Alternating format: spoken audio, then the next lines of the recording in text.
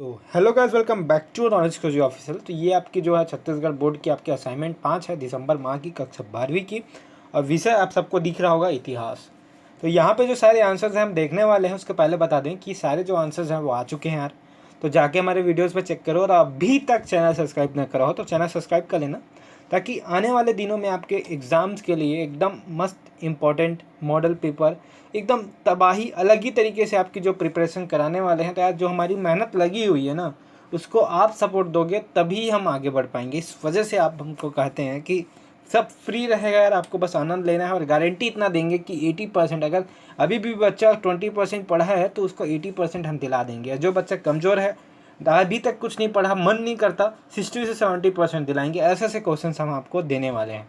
तो यार please share करो, सपोर्ट करो, ताकि हमारी जो मेहनत है वो रंग लाए।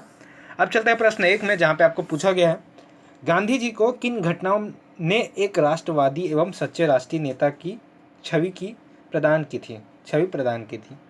तो यहाँ पे जो आंसर्स हैं वो आपको मिलेंगे। और आंसर्स यार बड़े बड़े इस वजह से हैं क्योंकि आंसर नंबर 20 में आपको बड़े बड़े मिलने वाले, किसी में 6 किसी में 8। तो इस वजह से आपको आंसर जो है बड़े बनाने पड़े।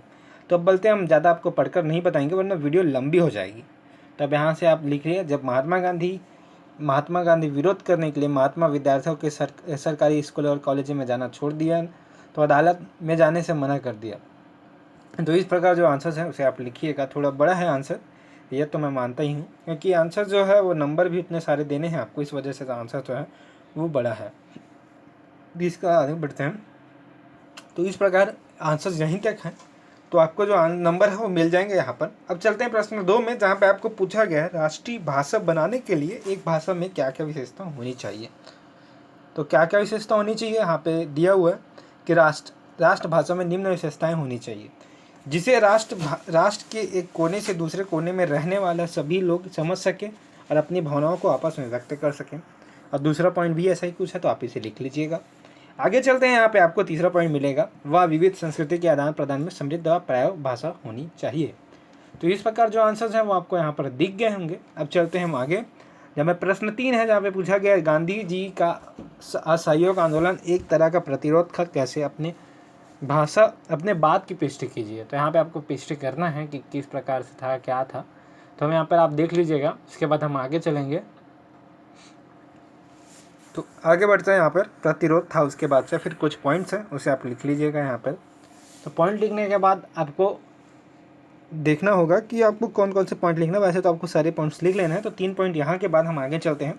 तो आप अगर नहीं लिख पा रहे तो आप स्क्रीनशॉट ले लो यार, क्योंकि स्क्रीनशॉट बहुत जरूरी है। और अगर आंसर्स बड़े हैं तो आपको नंबर्स भी बड़े मिल रहे होंगे, ये तो आपको पता होनी चाहिए। तो अब आगे चलते हैं यहाँ पे। तो V5 के बाद 6 और 7, 7 पॉइंट है यहाँ पे, तो 7 पॉइंट आपको यहाँ पर लिखने होंगे। तो इस प्रकार आपको यहाँ पर दिए गए। अब चलते हैं 4th क्वेश्चन में, भारतीय संविधान की परिभाषा लिखते हुए इसके निर्माण में योगदान देने वाले 6 व्यक्तियों की भूमिका समझाइए।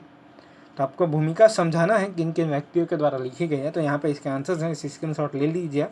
अब आगे चलते हैं, यहाँ पे संविधान की परिभाषा जॉन ऑस्टिन के अनुसार, उसके बाद आपको ग्रीन कॉन्स के अनुसार। तो ऐसी कुछ लोग हैं जिनको बारे में बताया, तो उसका आप अच्छे से लिखिएगा और अच्छे से मार्क्स पाइएगा।